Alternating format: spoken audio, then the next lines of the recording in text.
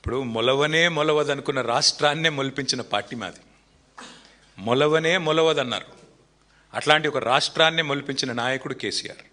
ఆయనను ఈ అంగుష్ట మాత్రుడు, ఆయనకు హైట్ ఒకటే తక్కువ అనుకున్నా, బుర్ర కూడా తక్కువ అని ఈ మధ్యనే తెలిసింది. అందుకే అనేది మాట్లాడేటప్పుడు ఒళ్ళు దగ్గర పెట్టుకొని మాట్లాడాలి. మీ రాహుల్ గాంధీ గారు వరుసగా 2014 నుంచి ఇప్పటిదాకా 3 ఎలక్షన్లు ఓడిపోయింది. అయితే ఖతం అయిపోయిందా కాంగ్రెస్? ఉంటుంది కదా, అడుగో బొడుగో ఆడనే ఉంటుంది. అట్లాంటిది ఇంత పవర్ఫుల్ పార్టీ, రాష్ట్రం తెచ్చిన పార్టీ, అంత పవర్ఫుల్ నాయకుడు ఒక్క ఎలక్షన్లో మీ అన్ని అబద్ధపు మాటలు చెప్పి ప్రజలను గోల్మాల్ చేసి దొంగ ఓట్లతో గెలిచినావు నువ్వు.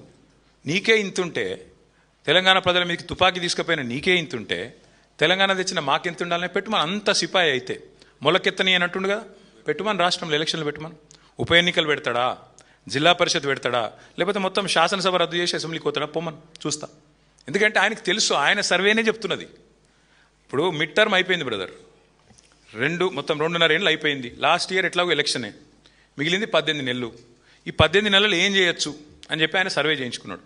ఆయన ఒక్కడే చేయలేదు, ఇంకో 3 సర్వేలు, మొత్తం 4 సర్వేలు వచ్చినాయి బయటికి.